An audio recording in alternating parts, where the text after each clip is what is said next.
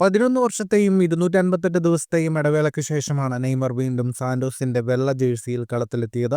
ബൊട്ടഫോഗോയ്ക്കെതിരായ മത്സരത്തിലൂടെയായിരുന്നു രണ്ടാം വരവ്.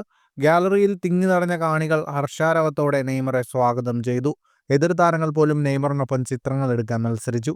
16 മാസത്തിനു ശേഷമാണ് നെയ്മർ 45 മിനിറ്റ് കളിക്കളത്തിൽ ചെലവഴിച്ചത്. ആകെ 64 തവണയാണ് നെയ്മർ പന്ത് ടച്ച് ചെയ്തത്. നെയ്മറുടെ സ്വാഭാവിക മികവിലേക്ക് എത്താൻ സൂപ്പർ താരത്തിന് കഴിഞ്ഞില്ല. മത്സരശേഷം നെയ്മർ തന്നെ ഇക്കാര്യം സമ്മതിച്ചു. നെയ്മറുടെ വാക്കുകൾ ഇങ്ങനെയാണ്: എനിക്ക് കളിക്കളത്തിൽ കൂടുതൽ സമയം ചെലവഴിക്കണം. ഞാൻ പൂർണ്ണ മികവോടെയല്ല കളിച്ചത്. പ്രതീക്ഷിച്ചതിലും വേഗത്തിൽ ഓടാനും ഡ്രിബിൾ ചെയ്യാനും കഴിഞ്ഞതിൽ അതിയായ സന്തോഷം. അടുത്ത 4-5 മത്സരം കഴിയുമ്പോഴേക്കും എനിക്ക് പ്രതീക്ഷിച്ച മികവിലേക്ക് എത്താൻ കഴിയും. സാന്റോസ് എന്നും എൻ്റെ ഹൃദയത്തിലുണ്ട്. നീണ്ട ഇടവേളയ്ക്ക് ശേഷമാണെങ്കിലും വീണ്ടും സാന്റോസ് ജേഴ്സി അണിഞ്ഞതിൽ അഭിമാനവും സന്തോഷവും. ഇത് വാക്കുകളിൽ വിവരിക്കാൻ കഴിയുന്ന വികാരമല്ല, അതിനും അപ്പുറമാണെന്നും നെയ്മർ പറഞ്ഞു.